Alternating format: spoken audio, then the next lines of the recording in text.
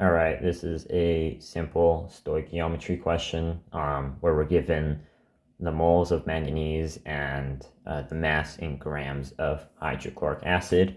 And what we need to find is, first off, which compound is the limiting reagent, which means the compound that limits the reaction, what that reaction is able to produce. And then we always need to find the mass of grams in this dihydrogen compound here. And so basically what we'll start off first is you always have to start off with any chemical equation. In general, you have to start off with balancing it. And so we can see here, manganese is balanced, but hydrogen is not balanced and chlorine is not balanced. So what we need to do is we need to balance it. So it's just Mn manganese plus 2HCl arrow MnCl2 plus H2.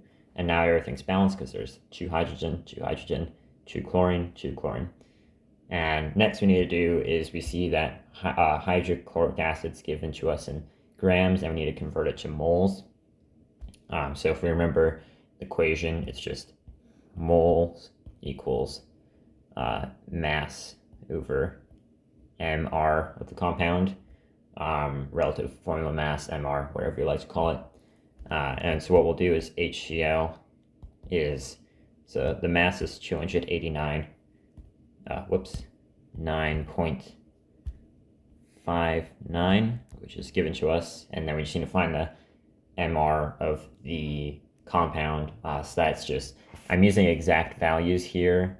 So that for me is going to be 35.45 plus 1.008, and that gives 36.461. I think I used this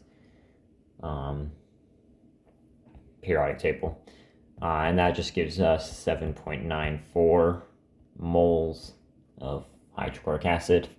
And then now we need to find the limiting reagent. So we find the ratio between hydrochloric acid and manganese, and that's just that's 2 to 1. And so we know the moles of hydrochloric acid are 7.94, and it's to 1, so to x. And obviously if we just divide that by 2, the moles of manganese are 3.97, and we see that is obviously less than hydrochloric acid, which means that manganese is the limiting reagent. So we'll continue the calculation with the moles of manganese. And so now what we need to do, now that we have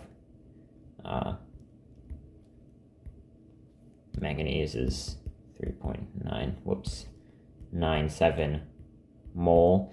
Now we can figure out, since we need to figure out this compound here, we just need to find the ratio between manganese and the compound. So it's just the ratio is just 1 to 1. And if we just plug in the amount of moles, or sorry, yeah, we're not going to use that anymore, sorry. If you plug in the amount of moles that we are given here, 0.903, I cannot write my 9s properly, 31, oops, and to find the ratio, it's just 1 to 1, so 0.9013 times 1 is 0.9013, and so that's the amount of moles in the hydrogen compound.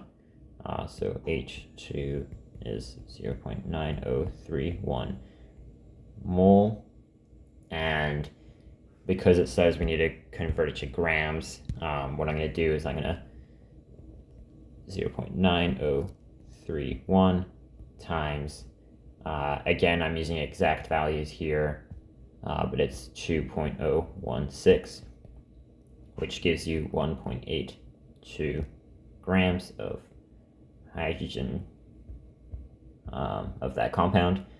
So basically an overview of what we did here was I first balanced the equation in this step, and then we convert everything from grams to moles, and then we found the ratio between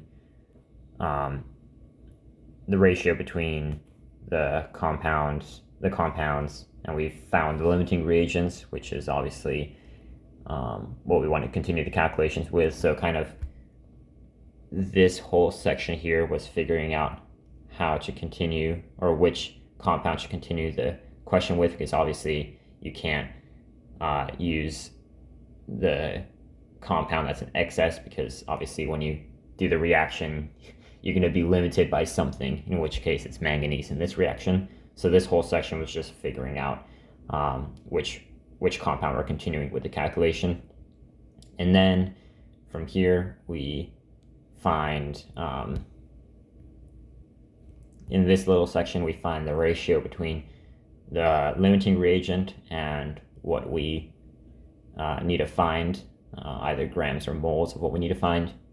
And then we just multiply it with the ratio. And in this little section here, we just found the mass given the moles and the MR of the compound. So you can see if we just rearrange that, it's just moles times MR is mass. And that is it. Thank you.